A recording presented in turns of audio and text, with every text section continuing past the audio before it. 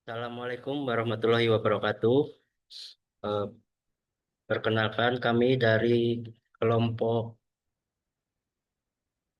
evaluasi tata kelola transportasi Kota Yogyakarta berdasarkan 10 prinsip SUTP JIS menuju transportasi perkotaan berkelanjutan dengan anggota kelompok 3 orang yaitu Verovan Vistandaris, Pamoraka, dan Muhammad Al-Kausar Nadi.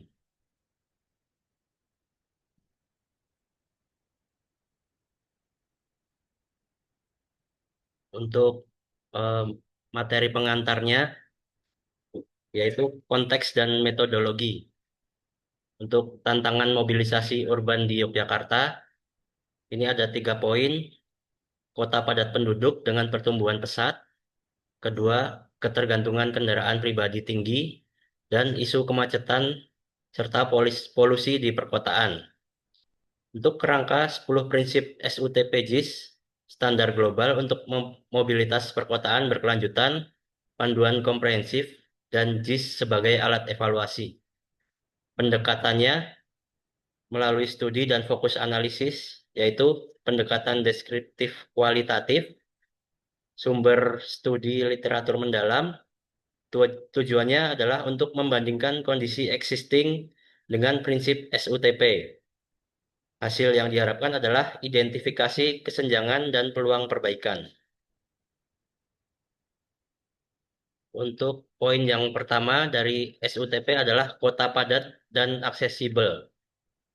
Untuk data kepadatan penduduk di Yogyakarta, ini terdapat 12.788 jiwa per kilometer persegi, data tahun 2024. Untuk layanan publik terdistribusi baik di pusat kota, untuk fenomena urban sprawl di pinggiran kota. Fokus pengembangannya, penguatan konektivitas dan pengendalian perluasan kota sangat krusial untuk keberlanjutan. Untuk perbandingan kepadatan penduduk jiwa per kilometer, disandingkan dengan kota Surabaya, kepadatannya masih lebih tinggi kota Yogyakarta dengan 12.788, sedangkan di Surabaya 9.244 jiwa per kilometer persegi. Prinsip kedua yaitu Transit Oriented Development atau TOD. Upaya menuju kota berbasis transit melalui Trans Jogja. Konsep TOD belum terintegrasi penuh. Data operasional Trans Jogja pada Oktober 2025, penumpang per hari adalah 24.549 orang. Terdapat 116 unit bus serta 18 jumlah rute. Untuk load faktornya sendiri termasuk dalam kategori rendah, yaitu masih di angka 37,7%. Untuk headway-nya di kisaran 10,3 sampai 17,1 menit. Kecepatan rata-rata yang ditempuh adalah 22,7 km per jam.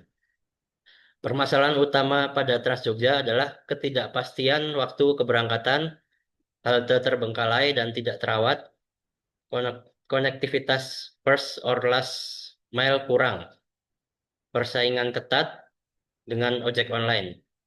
Solusi strategis yang disarankan adalah prioritas laju khusus Trans Jogja, revitalisasi dan modernisasi halte, integrasi dengan moda pengumpan atau feeder, kemudian pembatasan kendaraan pribadi di pusat kota. Prinsip ketiga yaitu mobilitas aktif pejalan kaki dan sepeda. Inisiatif kunci dan fokus area. Fokus pembangunan di kawasan warisan atau pariwisata seperti Sumbu Filosofi dan Malioboro. Kemudian revitalisasi pedestrian di Malioboro ini ditargetkan full pedestrian pada 2025.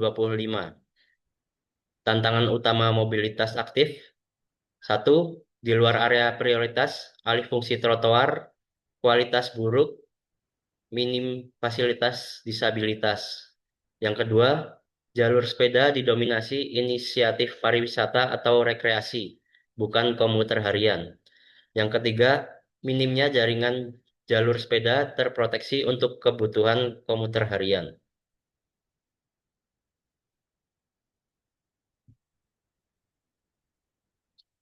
Baik, prinsip keempat dan kelima akan disampaikan oleh saya, Verovan, standaris. Jadi prinsip keempat dan lima itu adalah transportasi publik berkualitas dan integrasi moda dan tarif. Trans Jogja sendiri memiliki tarif reguler Rp3.600, tapi untuk pelajar hanya Rp60 saja. Kemudian KRL Jogja Solo itu tarifnya Rp8.000 dengan penumpangnya itu di tahun 2023 6,45 juta. Fokus peningkatan dari Trans Jogja itu meningkatkan frekuensi layanan, kenyamanan halte penumpang, dan integrasi rute efisien. Moda pendukung dan fungsi khususnya itu kalau di Yogyakarta terdapat Damri, ojek, dan juga transportasi tradisional. Kemudian ada integrasi fisik di hub utama, itu ada di Stasiun Tugu, Lempuyangan, dan YIA, Yogyakarta International Airport, itu bandara. Konektivitas antar moda sudah cukup baik yang berada di tiga titik tersebut. Kemudian ada juga integrasi pembayaran digital, yaitu menggunakan KMT dan KUE. Ini sudah terintegrasi juga di hub utama. Kemudian kendala utamanya apa dari transportasi publik?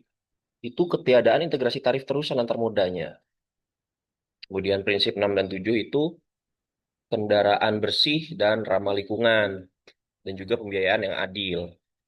Nah, dari prinsip 6 dan 7 ini pengurangan emisi dan adopsi kendaraan listrik. Jadi terdapat Peraturan Gubernur DIY nomor 8 tahun 2021 kebijakan kendaraan bermotor listrik berbasis baterai untuk dinas. 17 stasiun pengisian kendaraan listrik umum itu akan beroperasi pada Maret 2025, artinya sudah berlangsung. Kemudian di Malioboro yang merupakan target zona rendah emisi penuh pada tahun 2025 atau melarang isinya adalah melarang kendaraan pribadi dan bentor fosil. Kemudian ada juga uji coba bus listrik Trans Jogja tapi masih dalam tahap evaluasi. Jadi yang sampai sekarang berlangsung itu masih konvensional. Tantangan keberlanjutannya di finansial transportasi publik ini adalah pembiayaan publik itu masih sangat bergantung pada APBD dan APBN. Kalau APBD ada di Trans Jogja, kemudian kalau APBN untuk membiayai KRL. Kemudian aksesibilitas tarifnya sangat terjangkau. Tadi Rp60 untuk pelajar dan Rp8.000 untuk KRL. Meskipun begitu, cost recovery ratio Jogja termasuk rendah, yaitu sekitar 26%.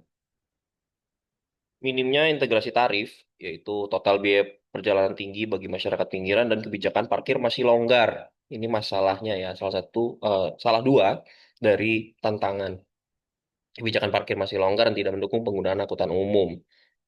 Jadi terdapat juga disparitas menurut grafik ya. Terdapat juga disparitas populasi kendaraan. Populasi kendaraan masih didominasi oleh kendaraan konvensional sekitar 3.200.000 unit kendaraan konvensional, sementara kendaraan listrik hanya berkisar 1.242 unit kendaraan. Prinsip 8 dan 9 itu partisipasi publik dan tata kelola, governance dan monitoring dan evaluasi, mendorong akuntabilitas dan efektivitas sistem transportasi berkelanjutan. Jadi terdapat penguatan partisipasi publik, di mana ada kemajuannya FKP di Sub DIY, FGD Operator, Forum Lalu Lintas, saluran pengaduan yang efektif, Trans Jogja, Elapor, media sosial, KRL, dan terpusat di KAI Komuter. Kemudian ada monitoring KRL dilakukan oleh KAI Komuter dan metrik utama kinerja operasional dan pertumbuhan penumpang dan keberhasilannya ada di OTP, on time performance itu 99%. Jadi di KRL sangat tepat waktu begitu ya. Kemudian monitoring Trans Jogja itu dilakukan oleh Pemda dan juga PT AMI. Metrik utamanya standar pelayanan minimal dan GPS aplikasi.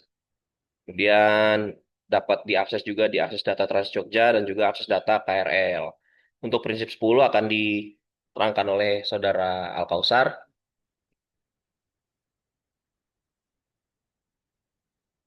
Terima kasih. Untuk prinsip 10 itu materi tentang pembiayaan berkelanjutan, yaitu menciptakan fondasi keuangan yang stabil untuk transportasi urban.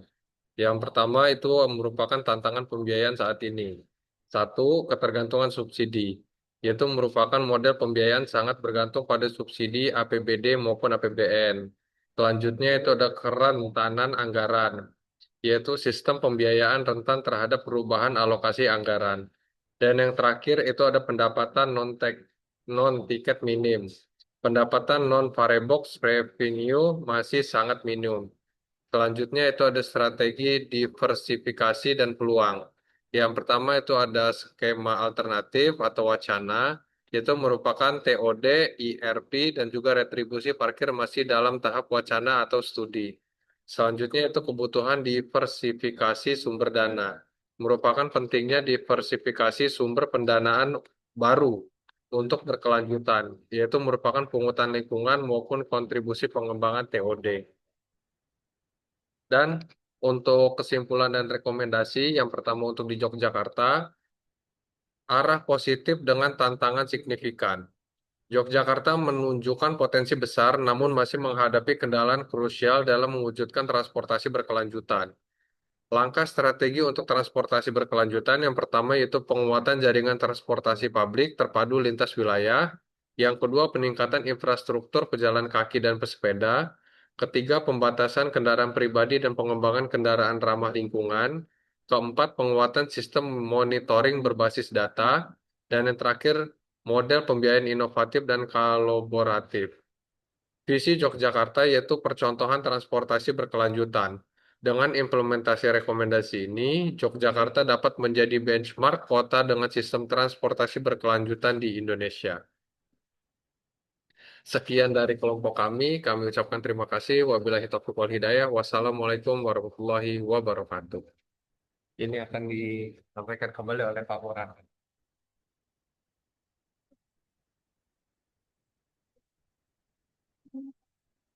Baik, untuk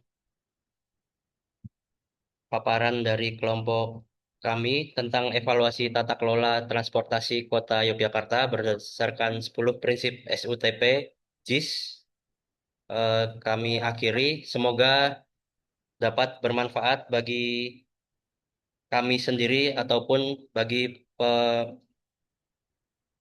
pendengar ataupun yang menonton video ini. Sekian.